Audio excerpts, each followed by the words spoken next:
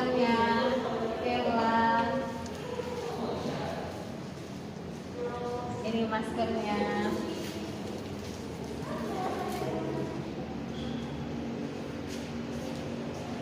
Oke, selamat pagi. Ini maskernya ya. Oke, selamat pagi anak-anak. Selamat datang di kelas new normal. Nah, kalian bisa lihat tadi pas kalian masuk sekolah, kalian sudah disuguhkan dengan yang namanya termometer oleh security. Jadi sebelum kalian masuk ke sekolah ini, kalian sudah dicek suhu tubuhnya. Kalau di 36 derajat sampai 37 kalian dianggap normal. Tapi kalau sudah di atas 37 derajat, kalian tidak bisa masuk ke sekolah ini. Kemudian dari Pak Security mengarahkan kalian untuk mencuci tangan. Itu salah satu dari protokol COVID kesehatan, menjaga kesehatan kita di era pandemi ini. Kemudian setelah kalian cuci tangan, kalian akan masuk ke kelas lagi di tangga. Mungkin kalian akan pegangan tangga.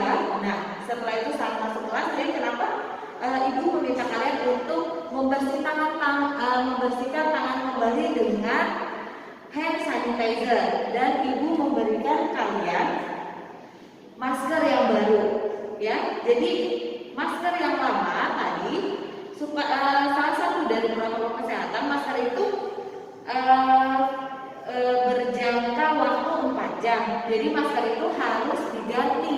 Nah, karena kalian dari luar dan mau masuk ke kelas memulai pembelajaran yang baru, ada baiknya masker yang kalian gunakan kalian ganti.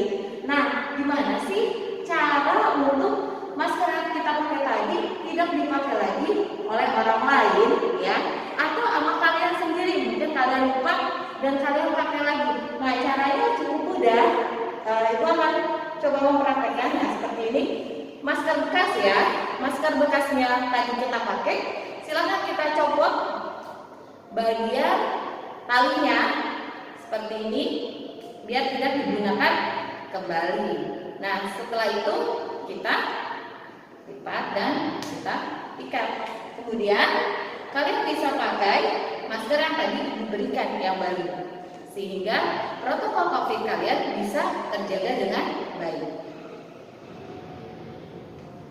Oke, semuanya coba maskernya silakan diganti dengan yang baru. Assalamualaikum warahmatullahi wabarakatuh. Waalaikumsalam warahmatullahi wabarakatuh. Apa kabar kalian? Baik.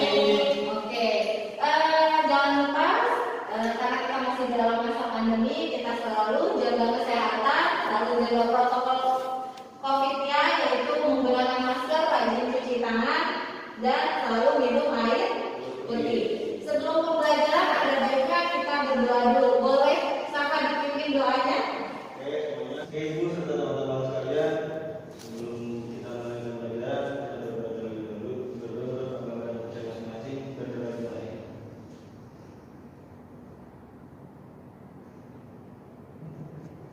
Berdoa baik. Memberi salam.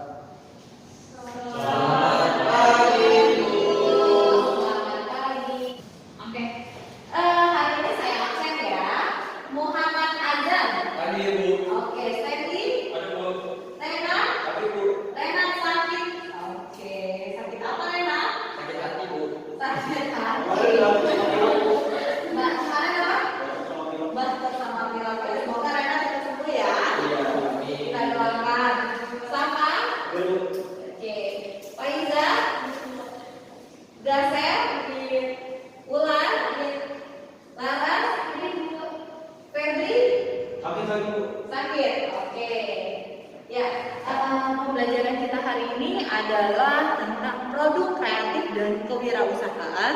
Kompetensi dasar yang akan kita pelajari adalah tentang mempresentasikan sikap dan perilaku wirausaha. Oke, kemudian tujuan pembelajaran yang pertama, peserta didik dapat menyiapkan bahan dan alat yang dibutuhkan untuk membuat presentasi sikap dan perilaku wirausahawan secara baik dan benar. Yang kedua, peserta didik diharapkan mampu mempresentasikan hasil diskusi, sikap dan perilaku wirausahawan secara baik dan benar. Dan yang ketiga, peserta didik dapat menampilkan dan mempresentasikan hasil bahan diskusi, sikap dan perilaku wirausahawan secara baik dan benar. Dan yang terakhir, peserta didik dapat membuat laporan hasil presentasi, sikap dan perilaku wirausahawan secara baik dan benar. Nah, kemudian dalam materi hari ini ada yang namanya peta konsep. Apa sih yang akan kita pelajari? Tadi sudah dilihat di tujuan pembelajaran. Sekarang di peta konsepnya kita akan mempelajari faktor kegagalan wirausahawan dan faktor keberhasilan wirausahawan. Dari tujuan pembelajaran turun lagi, berarti kalian nanti mau buat apa? Membuat hasil analisis faktor keberhasilan dan kegagalan yang dapat mempengaruhi sikap dan perilaku wirausahawan. Dan ending yang akan kalian buat atau hasil yang akan kalian buat hari ini adalah menganalisis faktor keberhasilan dan kegagalan yang dapat mempengaruhi sikap dan perilaku wirausahawan dengan cara dipresentasikan. Ya, sebelum kita masuk ke materi yang sekarang saya akan kembali merefleksikan tentang materi 2 minggu yang lalu. Pada minggu pertama, ada yang masih ingat nggak tentang wirausaha? Oke, Anda silakan. Wirausaha adalah seorang yang memiliki karakter percaya diri, berorientasi pada tugas dan hasil, pengambilan risiko, kepemimpinan yang lugas, kreatif, inovatif, serta berorientasi pada masa depan. Ya, terima kasih Anda. Jadi minggu pertama kita tentang sikap dan perilaku wirausaha tadi yang intinya berorientasi pada masa depan. Nah, yang minggu kedua masih ada yang ingat nggak materi sebelumnya? Oke, Wulan, silakan. Perencanaan perilaku bekerja secara efektif dan efisien, sasaran jelas, realistis, dan yang menggairahkan, analisis sumber perencanaan, masa inkubasi. Ya, terima kasih. Ya, jadi sebelum kita melanjutkan materi ini, kita sudah mengingat kembali ya materi-materi sebelumnya. Dan sekarang kita akan membahas yang tadi membuat hasil analisis faktor keberhasilan dan kegagalan seorang wirausaha. Oke. Sebelum kita masuk ke pembelajaran hari ini, saya ingin memberikan kalian sedikit stimulus agar kalian nanti nyambung ya tentang materi yang saya berikan. Jadi kalian perhatikan dulu video yang akan saya tampilkan di sini. Setelah itu kalian boleh berpendapat tentang video tersebut. Dan kalian kan tadi sudah saya sebutkan tujuan pembelajaran kita dan materi apa yang akan kita bahas. Jadi dari video ini kalian gali informasi tentang apa sih kisah sukses di balik ini, faktor keberhasilan wirausahawan tersebut. Ya, jadi kita lihat dulu videonya.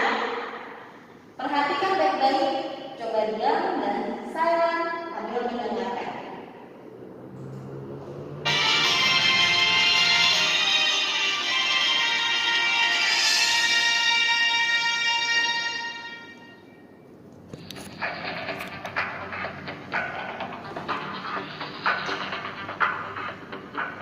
Ayam dan telur. Siapa yang tak mengenalnya? Protein hewani ini menjadi pilihan murah dibanding sumber protein hewani lainnya. Mungkin hanya kebetulan saja, pria berdarah Jawa ini juga bersio ayam, hewan yang membawanya menuju tangga kesuksesan.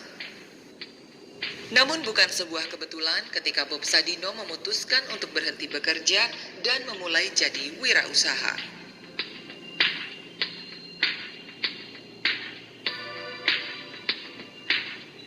Ketika saya kembali dari Eropa, masih bekerja untuk sebuah perusahaan, di mana ketika satu malam saya bilang sama ibu, besok saya nggak bekerja. Itulah awal dari sebuah awal. dia tidak ada komentar satu kata-kata pun. Dan itu sebetulnya kekuatan yang maha dahsyat yang mengakibatkan segala guliran yang ada hari ini. Nah, di dalam perjalanan itu sebetulnya yang menangkap peluang itu tidak otak saya, tidak pikiran saya, tetapi mata saya yang menangkap peluang. Apa yang saya tangkap? Saya lihat telur di Indonesia berbeda dengan telur yang saya makan di Eropa. Nah, dari situlah saya terbetik pikiran saya bersama beberapa orang kawan untuk menulis surat kepada pembiak, breeder ayam di negeri Belanda untuk membeli beberapa ekor ayam untuk dikirim ke Indonesia. Ya, otomatis ketika ayam itu berproduksi 5 kilo, mau dimakan pun terlalu banyak kan untuk kita berdua kan. Jadi saya jual. Perlahan namun pasti, Bob Sadino mulai mengecap manisnya keuntungan. Di awal tahun 85 saja perusahaannya mampu menjual 40 ton daging segar, 60 ton daging olahan, dan 100 ton sayuran segar per bulannya.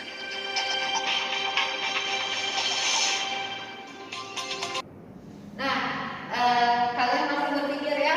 Nah, tadi kalian tahu siapa pengusahanya, namanya Bob Sadino, dia pengusaha seperti apa. Nah, itu akan menjadi modal materi kalian untuk hari ini. Jadi sudah tahu ya faktor keberhasilan yang ditampilkan oleh seorang pengusaha bernama Bob Sadino. Bukan keberhasilan aja yang dia tampilkan, tapi gimana caranya dia jatuh bangun mengalami kegagalan usaha. Jadi sesuai dengan materi kita, yaitu analisis faktor keberhasilan dan kegagalan usaha dalam mempengaruhi sikap dan perilaku wirausahawan.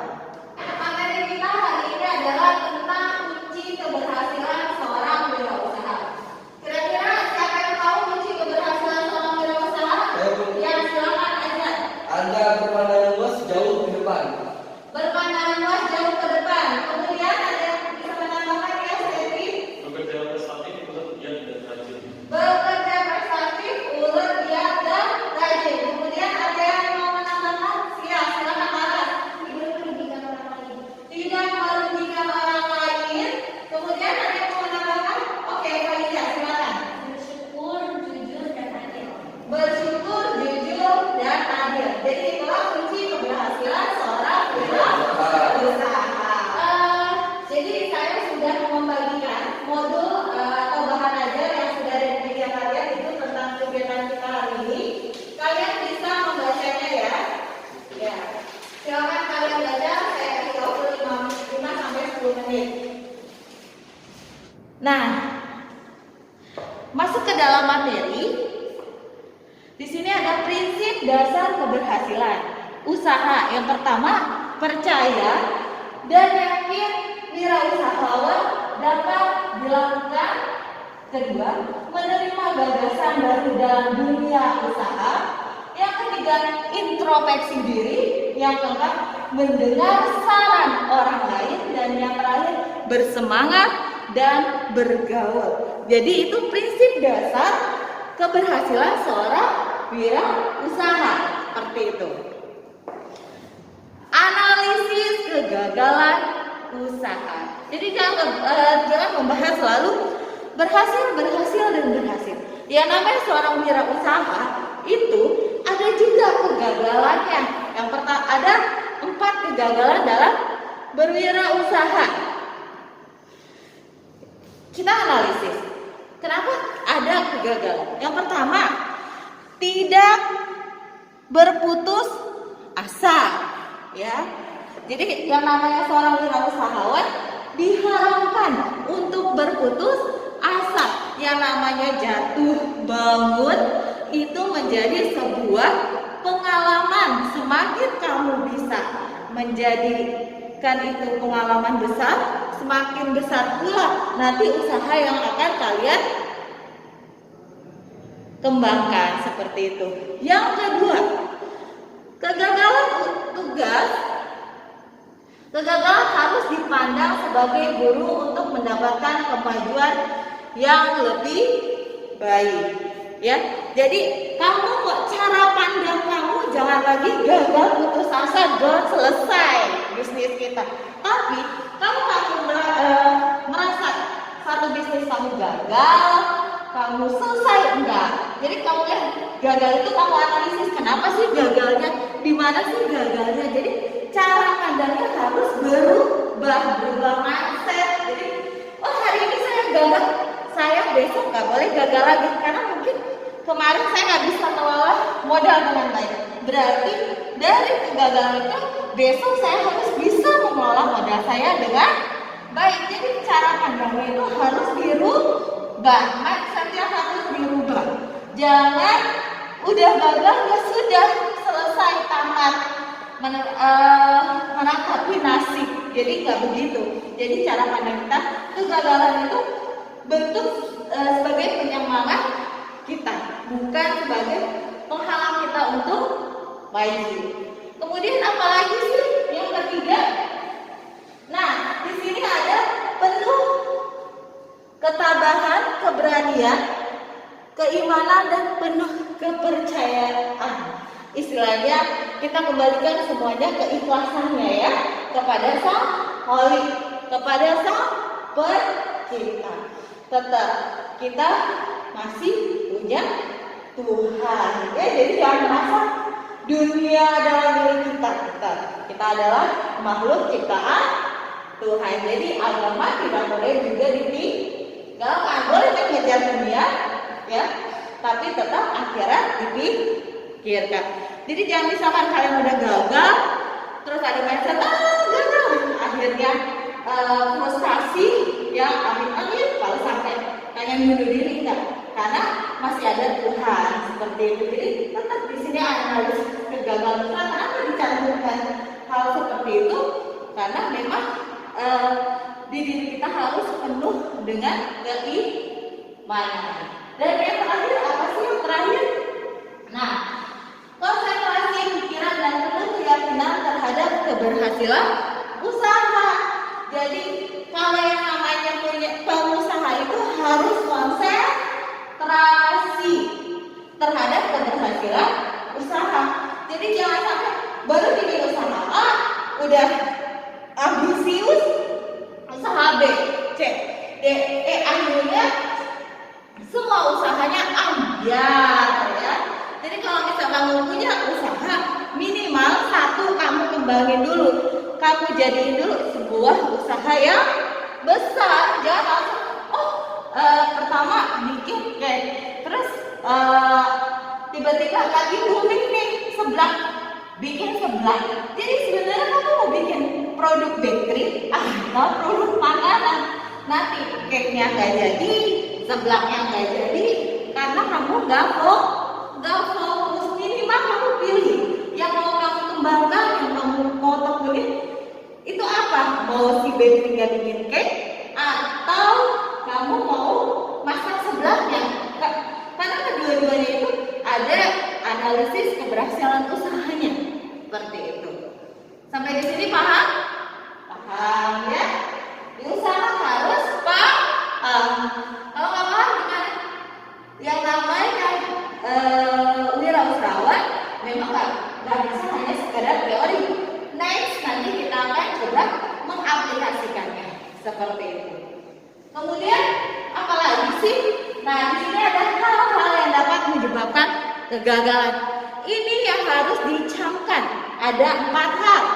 Yang pertama, perasaan takut usahanya disaingi oleh orang lain.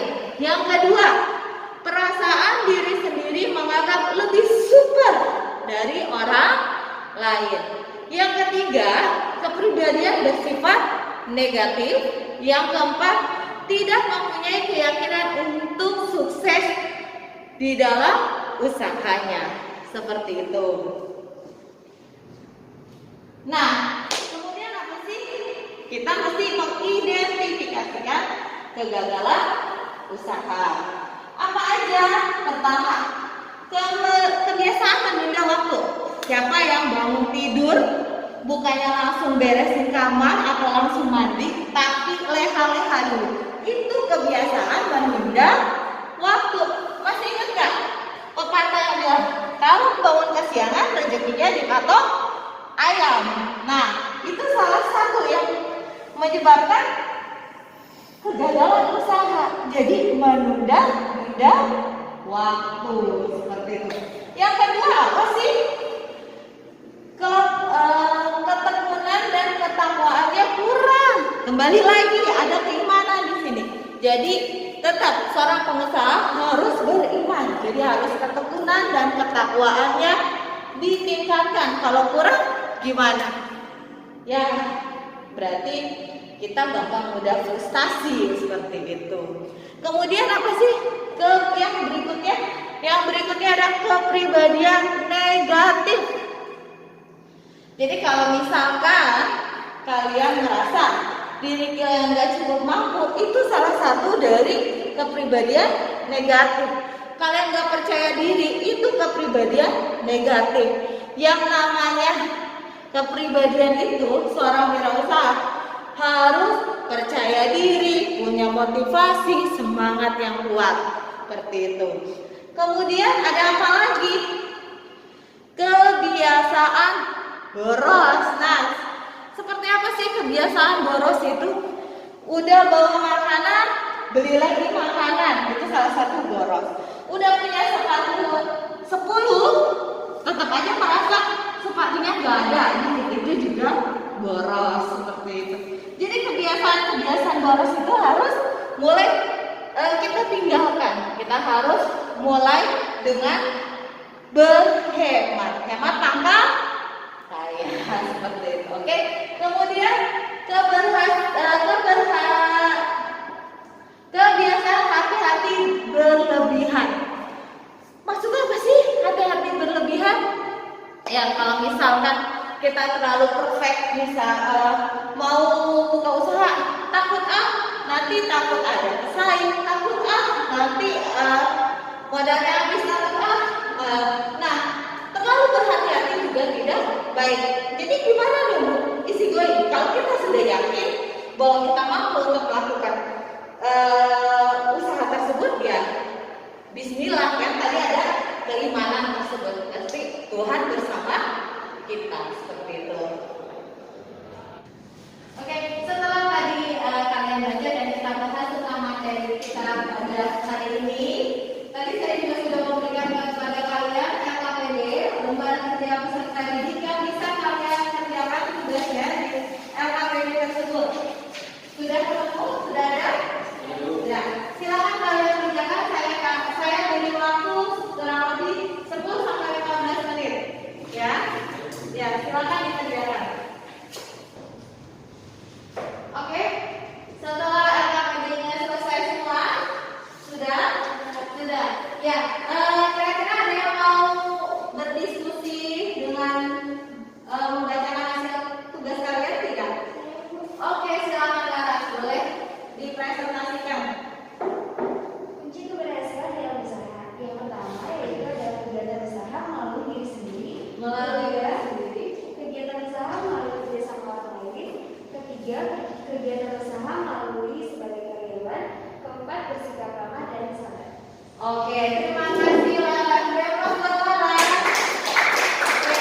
Oke, ada yang menanggapi dari hasil pekerjaannya Laras? Kira-kira kalau tentang usaha dengan motivasi diri sendiri itu apa sih? Ada yang punya tanggapan? Contohnya saya, Ya silakan Sandy. saya punya bisnis jual puding di sekolah sebelah kita. Di sekolah? Oke, terima kasih Sandy. Selanjutnya kita akan bagi dua kelompok ya, karena di sini ada 3, ada perempuan dan laki-laki. Yang kelompok laki-laki dengan laki-laki, yang perempuan dengan perempuan. Tugasnya adalah kalian menganalisis keberhasilan seorang wirausaha. Setelah itu kalian presentasikan di depan. Paham? Oke, kalau begitu sekarang kita ubah posisi kursinya. Sudah dibagi 2 kelompok, namun kalian tetap harus memperhatikan protokol COVID-nya ya. Tidak bergerombol atau berdekatan, terlalu berdekatan, tetap jaga jaraknya, tetap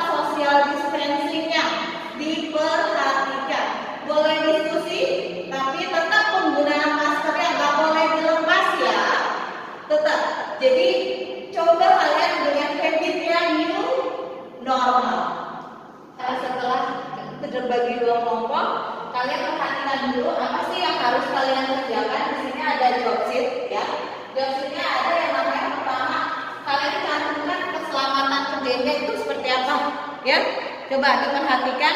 Semua menggunakan sepatu ya. Oke, semua berarti salah satu keselamatan kerja dan semua menggunakan pakaian yang rapi. Itu salah satu contohnya. Dan peraturan kerjanya kalian tulis. Apa tadi saya bilang? Jaga jarak, social distancing. Nah, kemudian yang berikutnya alat dan bahan.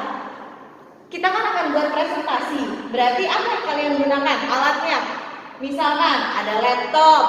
Terus kalian butuh apa? Infocus. Oke, seperti itu. Dan yang lain-lainnya. Terus bahannya apa? Nah, karena kita hari ini adalah mau menganalisis faktor keberhasilan dan kegagalan wirausaha, kamu ambil bahan materinya itu dari mana? Kalau misalkan dari toko A, B, silakan dicantumkan di pustakanya di sini ya, di spesifiknya kalian ambil apa. Nah, kemudian apa lagi di sini? Nah, langkah kerjanya kalian juga bisa tuliskan persiapan. Nah, persiapan itu apa? Tulis di hasil analisis. Kemudian apa lagi? Membuat hasil diskusi. Berarti hasil diskusinya kalian coba di copy paste di hasil analisis tersebut. Nah, terakhir mempresentasikan seperti itu. Kemudian hasil produknya, tadi kamu judulnya apa? Hasil analisis faktor keberhasilan dan kegagalan wirausahawan dalam bidang apa? Kemudian hasil analisisnya kalian kerjakan. Seperti itu kesimpulan. Oke, sampai di sini dapat dipahami? Kalau dapat dipahami, silakan kalian mulai berdiskusi dan kemudian nanti selesai diskusi masing-masing kelompok akan mempresentasikan di depan hasil analisis yang sudah kalian buat bersama-sama rekan dalam satu tim kalian. Dapat dimengerti semuanya ya? Oke, silakan dikerjakan. Saya kasih waktu kurang lebih 25 menit ya, sampai 30 menit. Oke. Ya, sekarang kita lakukan diskusi untuk membuat faktor keberhasilan dari kegagalan wirausaha. Ya, tetap jaga protokolnya ya, jaga jaraknya. Silakan kalian mulai menganalisis.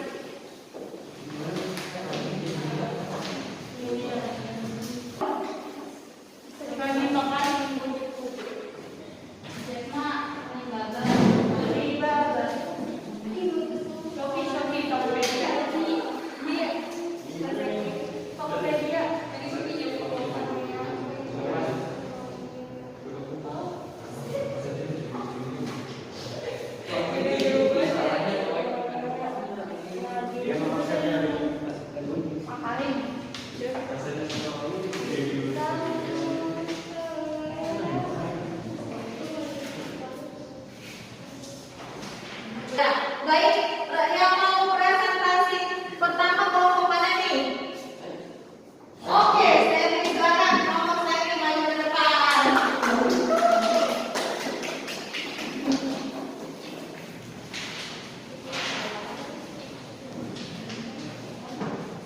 Silakan ada yang jadi operatornya ya. Nanti kalian yang kelompok di sini menanggapi ya. Kalau boleh kursinya agak ke depan biar kita bisa memperhatikan.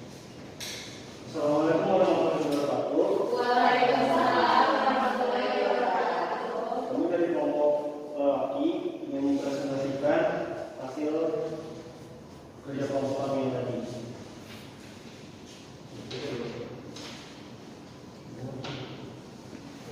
Yang nomor 1, dream atau mimpi. Seorang wirausaha mempunyai ambisi atau keinginan terhadap masa depan pribadi dan bisnis serta mempunyai kemampuan untuk mewujudkan mimpinya. Seorang wirausaha mempunyai visi bagaimana keinginannya terhadap masa depan pribadi dan bisnisnya, dan yang paling penting adalah mempunyai kemampuan untuk mewujudkan mimpinya tersebut. Oke, terima kasih ya kelompok lelaki ya. Ya. Nah, berikutnya boleh temannya memberi tanggapan. Ayo, silakan dari kelompok perempuan berarti ya. Memberikan tanggapan. Oke, dari Andra mau memberikan pertanyaan, boleh dicatat pertanyaannya.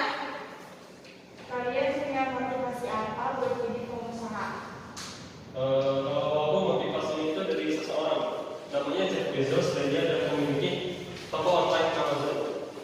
Oke. Kemudian ada lagi yang mau bertanya atau menambahkan jawabannya? Kalau saya punya toko jualannya itu Boksa Dino. Dia punya beberapa banyak bisnis juga di Indonesia. Oke. Terima kasih untuk kelompok lelaki. Beri aplaus dong buat kelompok lelaki. Oke, silakan ditutup. Oke, selanjutnya dari kelompok kami, kami dari Surakarta. Terima kasih. Terima kasih. Silakan duduk kembali. Silakan, saya bisa bantu menyimpulkan untuk materi kita hari ini. Ya, silakan Aizan. Hal-hal yang dapat menyebabkan kegagalan itu apa aja, Ibu? Oke, yang dapat menyebabkan kegagalan. Ada yang bisa bantu? Saya Bu, Iya, silakan. mempunyai keyakinan untuk sukses dalam usahanya. Mempunyai keyakinan untuk sukses dalam usahanya. Kemudian, Perasaan takut usahanya disaingi oleh orang lain. oke, perasaan takut usahanya disaingi oleh orang lain. Ada lagi? Oke, ulang. Kepribadian bersifat negatif. Kepribadian dan sikap negatif tadi sama?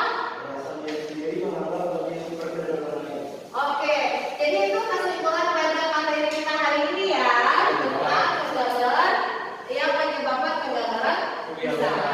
Oke, terima kasih. Kan refleksi kegiatan kita hari ini tentang kunci keberhasilan seorang wirausaha berpandangan jauh ke depan, berpandangan bekerja prestatif dan giat dan rajin, kemudian tidak merugikan orang lain dan bersyukur, jujur dan adil. Oke, demikian dari refleksi kegiatan kita hari ini. Untuk materi minggu depan kita lanjut ke hak kekayaan intelektual. Jadi kalian bisa baca-baca hak kekayaan intelektual. Dan sebelumnya tadi ada yang kurang dari saya. Kalian bisa buka HP-nya untuk melakukan kegiatan evaluasi. Boleh diambil handphonenya. Saya sudah kirimkan ke grup WhatsApp link untuk evaluasi kita hari ini. Silakan, sudah ada handphonenya masing-masing. Dan silakan kalian kerjakan sampai 15 menit ya, 10 sampai 15 menit.